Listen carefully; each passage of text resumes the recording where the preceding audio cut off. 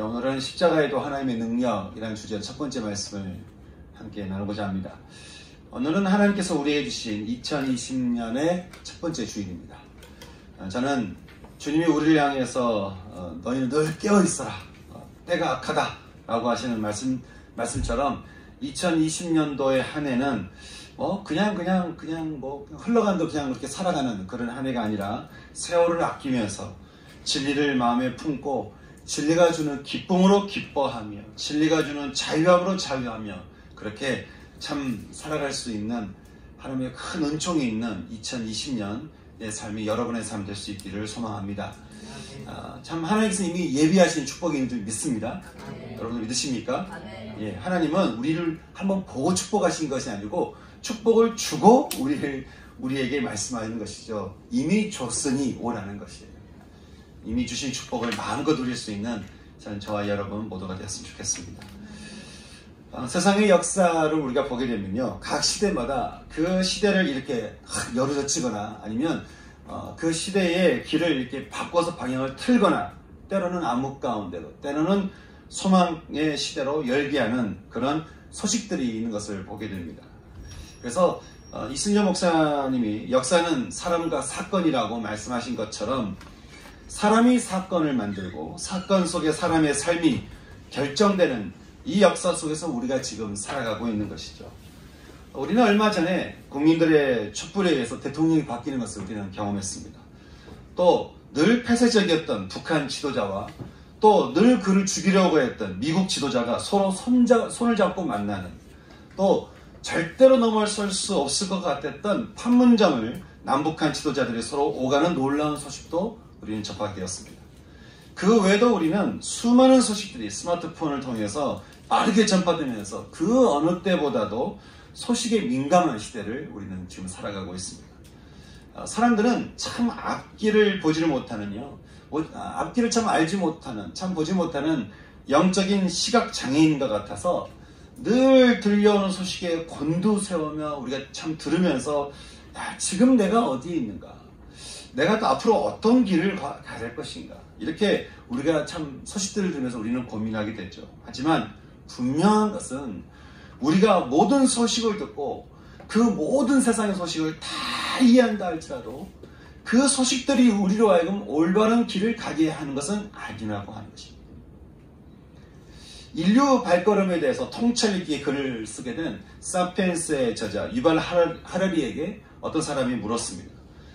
이제까지 인류가 이렇게 걸어왔고 우리가 지금 이렇게 걸어가고 있다고 이야기하고 계시는데 이제 인류는 앞으로 어떻게 될 것 같습니까? 이제 인류는 앞으로 어떻게 살아갈 것 같습니까? 그래서 그분의 대답이 이랬습니다. 잘 모르겠습니다. 아마 이렇게 될 것 같고 아마 저렇게 될 것 같습니다. 하지만 확실한 건 알지 못합니다. 우리 시대 최고 지식인이라고 했던 신영복이라는 분은 언제나 더불어 함께라는 글을 늘 쓰고 나셨는데, 그 글을 보면서 사람들이 물은 거예요. 선생님, 우리가 더불어 함께 어디로 가는 겁니까? 그랬더니 선생님이 하시는 말씀이, 글쎄요, 우리가 어디로 갈까요? 조선시대 사육신 중에서 서현신 중에 한 명이었고 가장 뛰어난 지식인으로 살았던 성삼문 선생님이 이제 노량진에서 배를 타고 참수영을 당하러 가시는 그 길에서 시를 한 편 쓰게 되는데, 그분이 그 시에서 이런 이야기를 합니다. 오늘 나는 어디에서 살고 나는 어디로 가는 걸까 모르겠다는 거예요. 지금 내가 어디 있는지조차 모르는 반에 어디로 가야 할지를 알지 못하는, 그것이 우리의 인생이라고 하는 것이죠. 여러분, 그런 인생에 주어지는 가장 큰 소식은 어떤 소식이었습니까? 우리로 하여금 가야 할 길을 알게 하시고 또 그 길을 가게 하시는 목자를 우리가 만나는 것이겠죠. 근데 그 목자가 사람일 수 없는 것은 맹인이 맹인을 인도할 수 없기 때문인 것입니다. 그래서 우리에게 전해진 시대를 떠나서 모든 세대에게 전해진 놀라운 소식이 있다고 한다면 우리는 빌립보서 2장 8절 말씀 주보에 나와 있죠. 함께 우리가 읽어볼까요? 함께 그 소식을 읽어보겠습니다. 시작. 사람의 모양으로 나타나사 자기를 낮추시고 죽기까지 복종하셨으니 곧 십자가에 죽으시니라. 여러분, 신이 사람의 모양이 되어서 사람의 뱃속에 10달 동안 들어가 사시다가 완전한 사람이 되어 세상에 태어나셨다는 거예요.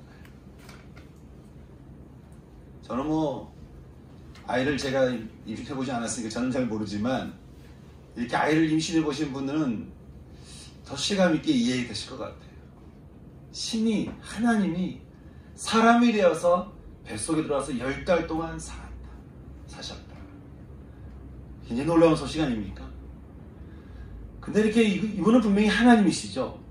근데 하나님이신데 완전한 사람이 되어서 이렇게 우리 가운데 오셔서 우리를 찾아오신 것은 자기를 낮추시고 죽기까지 복종하기 위함이었으니 곧 십자가에서 죽기 위해서였다라고 우리에게 말씀하고 있는 것입니다. 주님이 이렇게 사람으로 태어나서 사람이 되셔서 모든 사람이 죽는 죽음의 자리로 가신 이유가 있습니다. 바로 우리의 구원 때문이었습니다. 주님이 선택하신 이 죽음의 복종을 우리가 좀 이해하려면요, 우리가 항상 기억해야 될 말씀이 있습니다. 바로 히브리서 9장 22절 말씀인데요, 주보에 나와 있습니다. 함께 우리 읽어볼까요? 읽겠습니다. 시작. 피 흘림이 없은즉 사함이 없느니라. 다시 한번 시작.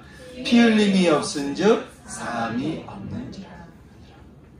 구원이 없다라고 하는 것이, 이 말씀은 모든 정결함에는, 모든 거룩함에는, 모든 구원에는 반드시 따라야 하는 원칙이 하나 있는데, 그것은 바로 거기는 죽음이 있어야 되고, 그 죽음, 즉 피 흘림이 있어야 한다라고 하는 것입니다.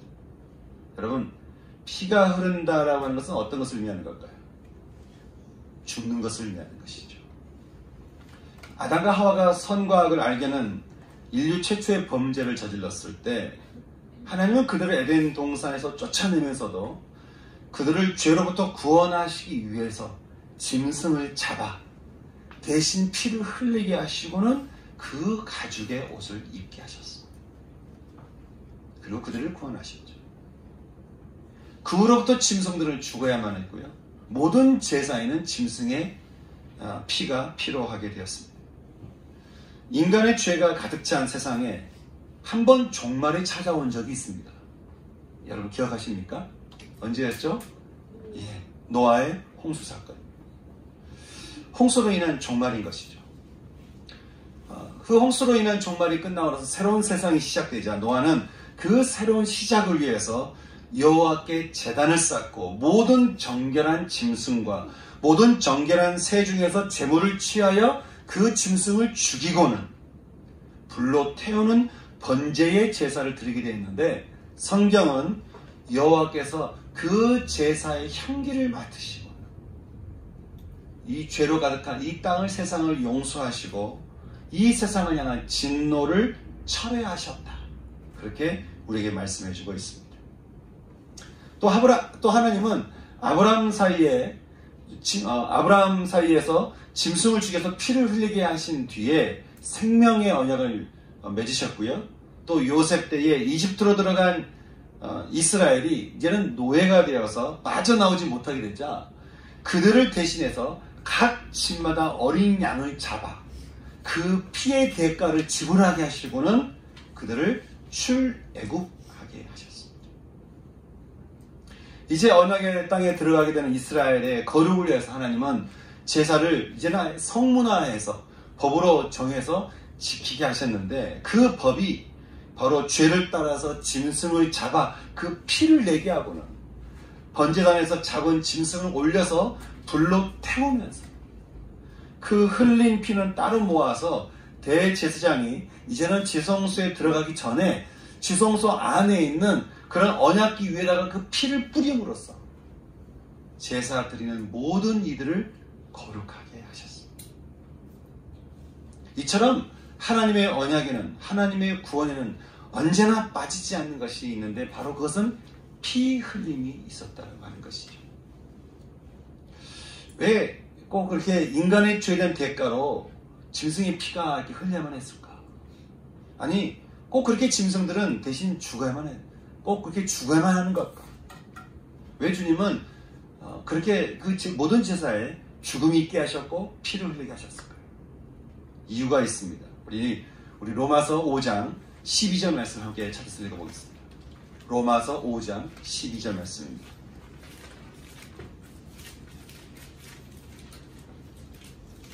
로마서 5장 12절입니다. 롬입니다. 롬.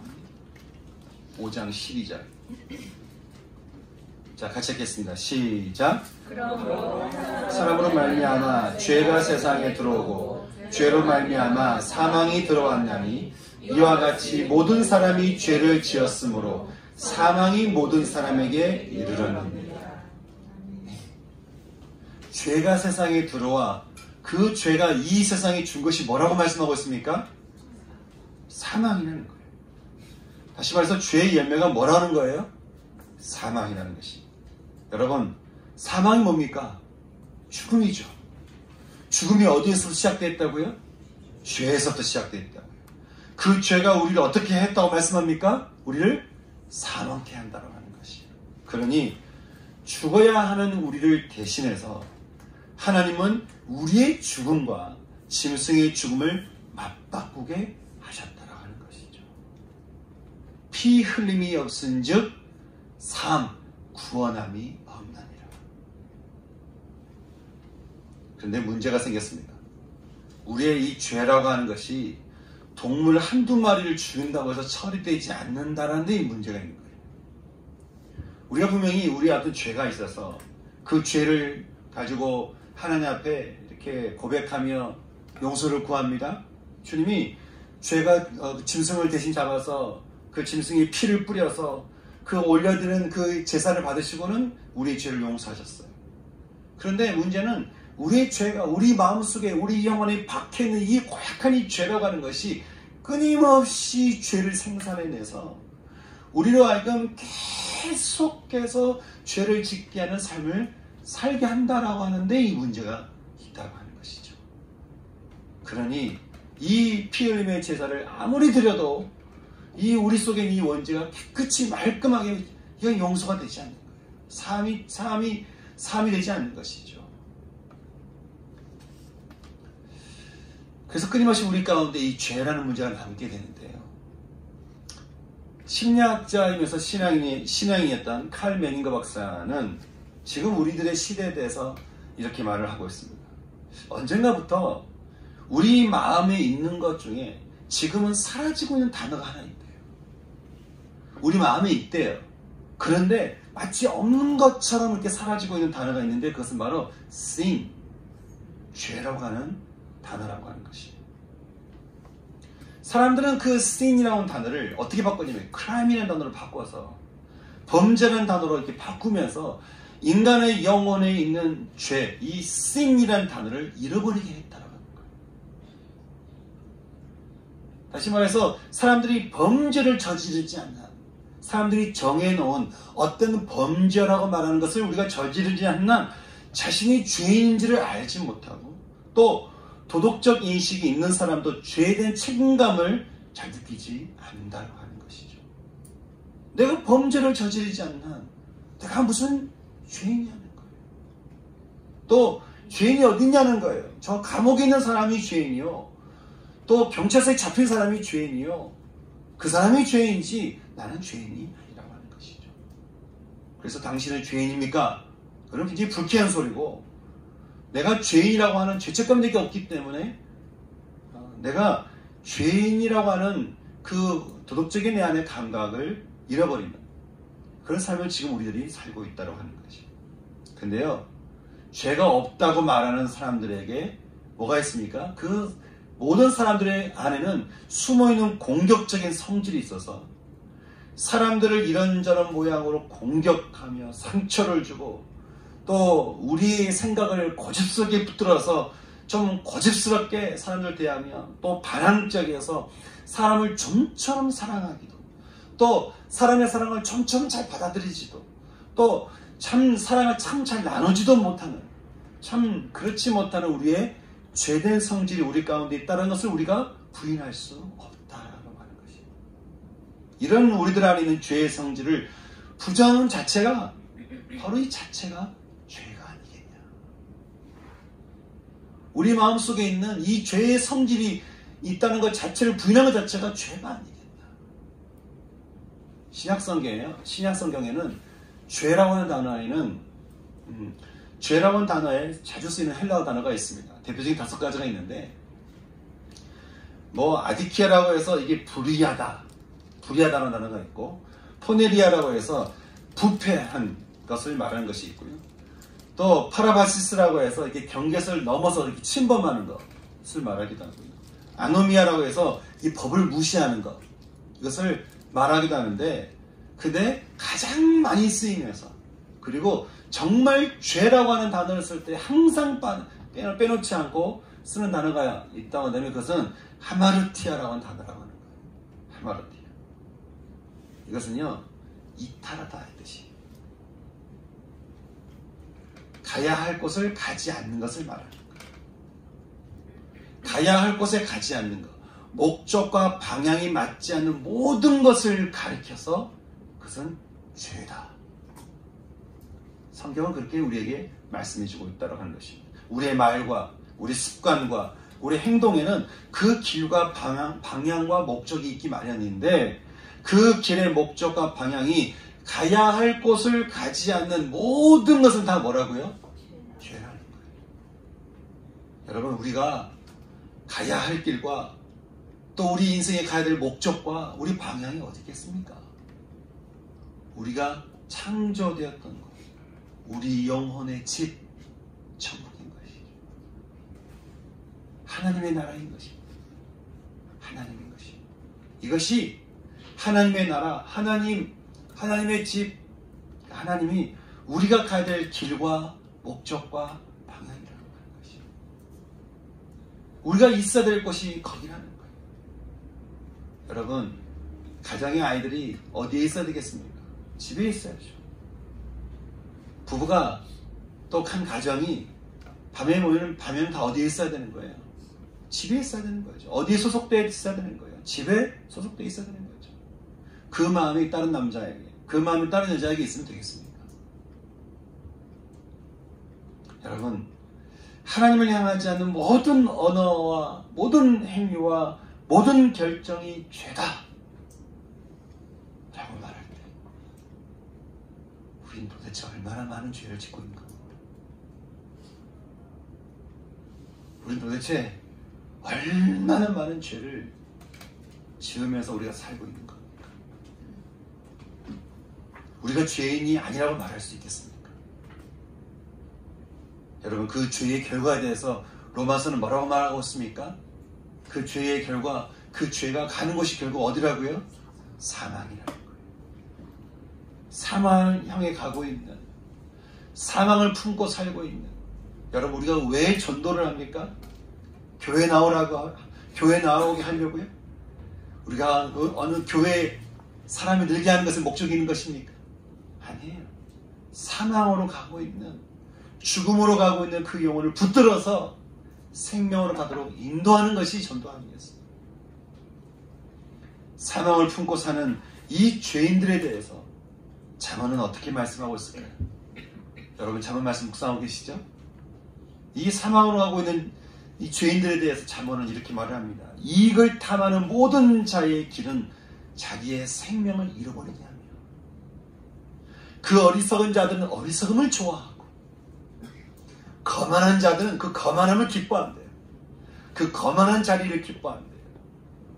미련한 자는 진리와 지식을 미워하니 결국 그들이 만나는 것은 재앙이요 두려움이라는 거예요. 그러니 그들의 삶에는 두려움이 광풍같이 임하겠고 재앙이 폭풍같이 이르며 근심과 슬픔이 밀려와서 자기 행위의 열매를 먹게 하고 자기 꾀에 배불러 결국 자기를 죽이며 자기를 멸망하게 된다라고 성경은 말씀하고 있는 것이죠. 여러분, 지금 이 잠언의 말씀 우리에게 죄에 대한 증상에 대해서 우리에게 정보를 알려주고 있는 겁니까? 아니면 우리에게 경고하고 있는 겁니까? 경고하고 있는 것이죠.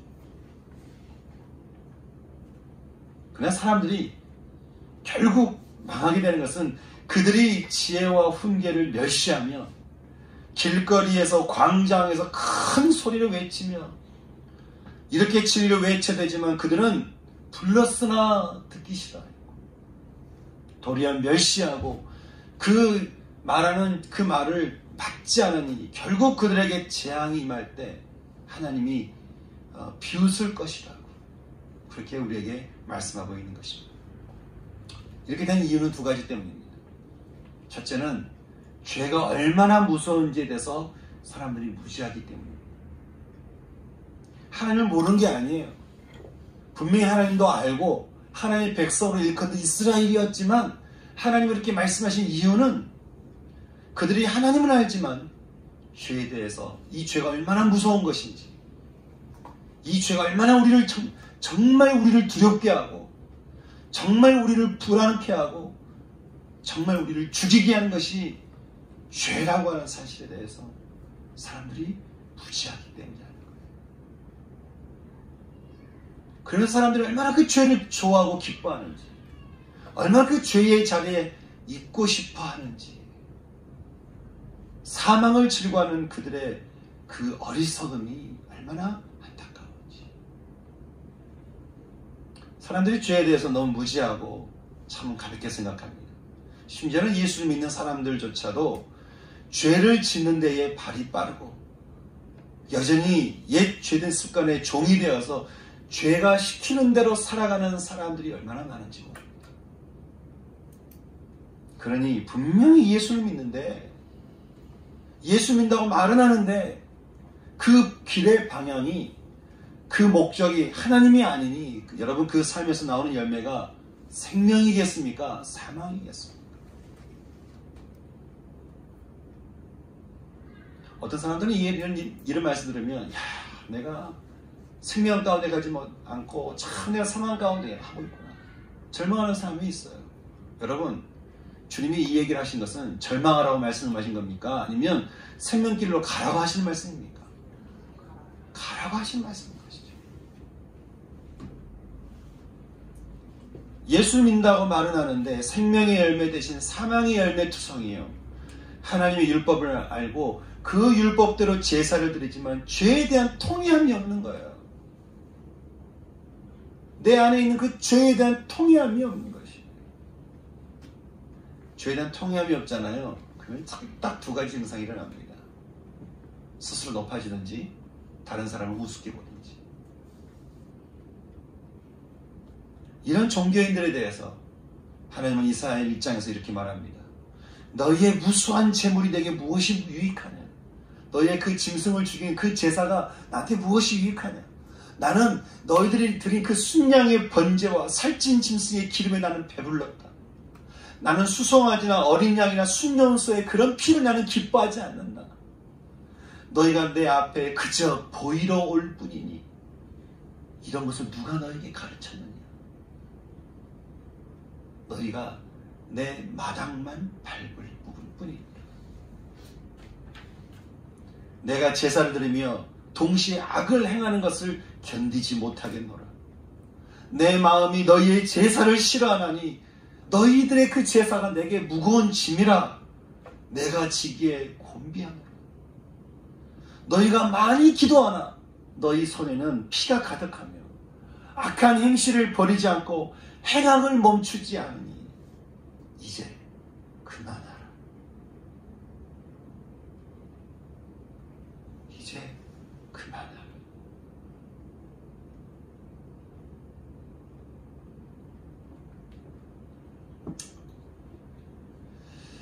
하나님은 이처럼 참 인간이 어떤 노력을 해도 스스로 참 정결할 수 없다는 사실을 하나님께서 아시고는 언제나 죄를 품고 살아가는 생각하는 것이 결정하는 것이 다 죄의 길로 가고 있다는 사실을 아시는 하나님께서 우리에게 하신 일이 있습니다. 골로새서 2장 13절에서 15절 말씀 같이 읽겠습니다. 골로새서 2장 13절에서 15절입니다. 골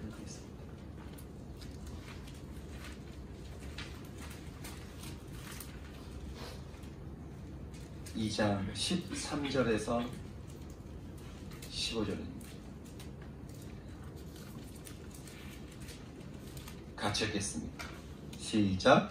또 범죄와 육체의 무할례로 죽었던 너희를 하나님이 그와 함께 살리시고 우리의 모든 죄를 사하시고 우리를 거스르고 불리하게 하는 법 저문으로 쓴 증서를 지우시고 제하여 버리사 십자가에 못 박으시고 통치자들과 권세들을 무력화하여 드러내어 구경거리로 삼으시고 십자가로 그들을 이기셨느니라. 아멘.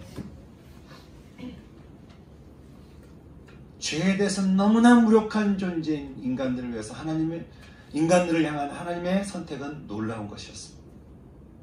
그것은 아무도 생각할 수 없었던 충격적인 소식이었습니다. 바로 하나님이 인간이 되신 것이었습니다. 하나님이 인간으로 태어나셔서 우리에게 심겨진 모든 죄에서 우리가 자유할 수 있도록 하나님이 대신 죽기로 작정한 것입니다.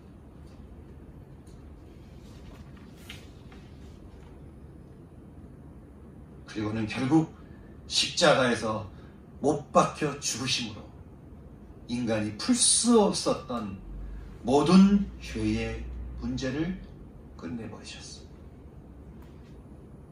그래서 이후에 십자가는 모든 죄의 문제가 끝나는 곳이면서 인간의 모든 묶임에서 자유케 되는 것이요, 우리를 끈질기게 죄대문을 끌고 가는 모든 세상의 그 죄된 힘을 무력화시켜 버릴 수 있는 유일한 소망이요, 유일한 희망이 되었다라고 하는 것이죠.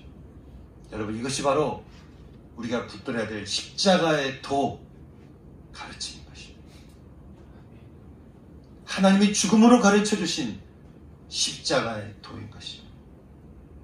하나님이 죽음으로 우리에게 구원을 주신 십자가의 도인 것입니다. 그러니 여러분, 십자가의 이 도, 이 가르침, 이 길이 우리에게 얼마나 소중합니까? 이 십자가가 없었다면 우리가 도대체 어떻게 구원을 받을 수 있었겠습니까? 우리가 공부를 많이 한들, 우리가 많은 지식을 깨닫는들 우리가 구원하겠습니까? 이 세상의 모든 지식을 내가 다 알고 이해한다고 해서 조금이라도 내가 구원받을 수 있겠습니까? 인간에게는 영원히 구원에 대한 기회가 없었을 것입니다. 그러나 주님은 사도 바울이 고린도후서 13장 4절에서 말씀하시는 것처럼 그리스도께서는 약한 가운데서 십자가에 못 박히셨으나 하나님의 능력으로 지금도 살아계십니다. 그리스도를 믿는 우리도 약하지만, 연약하지만, 부족하지만, 뭐가 죄인지를 알면서도 죄에 끌려가는, 마치 도살장으로 끌려가는 것 같은 그런 죄의 발걸음을 하는 우리들이 있지만, 우리가 그 십자가의 자리에 있을 때, 그 십자가의 예수 그리스도를 믿을 때 우리는 하나님의 능력으로 그와 함께 살게 되며 우리들의 죄는 처리될 것이다 라고 하는 것입니다. 죄에서 자유게 되는 삶에 대해서 이사야 61장 이렇게 말합니다. 슬픔 대신 기쁨이, 괴로운 마음 대신에 찬송이 나온다는 거예요. 여러분, 인생이 얼마나 괴롭습니까? 인생이 얼마나 무겁습니까? 인생이 얼마나 슬픔이 많습니까? 어릴 때야, 젊었을 때야 상실이 별로 없죠. 점점 상실을 깊이 경험하는 것이 인생인 거예요. 죽음이라고 하는 것이 나하고 전혀 상관없는 이야기인 것 같지만 어느 순간 내 주변에 죽는 사람들이 늘어나는 때가 옵니다. 어느 순간 가족들이 죽어가고요, 어느 순간 내 주변의 사람들이 사라지고 없어져요. 인생 자체가 참 슬픔 많고 상실 많고 무거움 많은 것이 인생인 것이죠. 여러분, 이 슬픔의 인생에 슬픔 대신 기쁨이, 괴로움 대신에 우리 입술에서 찬송이 나온다고 한다면 여러분, 그것만큼 아름다운 인생이 어디겠습니까? 여러분, 그만큼 기쁜, 그만큼 축복된 삶이 어디겠습니까? 저는 여러분의 인생이 슬픔 대신 기쁨, 괴로움 대신에 여러분의 영혼에서 찬송이 나올 수 있는, 할렐루야를 외치며 살아갈 수 있는 여러분 삶 될 수 있기를 주님의 이름으로 축복합니다. 여러분, 한 해 동안 하나님의 구원 가운데 살기 원하십니까? 십자가로 가시기 바랍니다. 한 해 동안 여러분의 영혼이 기뻐하며 자유하기를 원하십니까? 십자가를 찾으시기 바랍니다. 한 해 동안 정말 하나님이 예비하신 모든 복을 다 누리는 삶을 살기 원하십니까? 십자가를 붙드시기 바랍니다. 그 십자가, 그 도가, 그 길에서 나오는 그 진리가 여러분을 자유케 할 것입니다. 한 해를 두고 하나님께 기도하면서, 하나님, 우리 빈들의 풍성한 교회 성도들 가운데 2020년도 어떤 말씀으로 살기 원하십니까? 한 해 동안 하나님의 나라에 대해서 말씀하신 하나님, 이제는 어떻게 우리가 살기 원하십니까? 그때 주님 시간에 탁 주신 하나가 십자가의 도였습니다. 정말 하나님 나라를 살게 하는 힘, 하나님 나라 안에서 마음껏 자유하며 살 수 있게 하는 힘, 그 능력, 놀라운 권능, 십자가에서 나온다는 거예요. 그래서 십자가로 돌아가라고 하는 것이죠. 이 말씀을 받고 제가 다시 십자가 갖다 놨어요.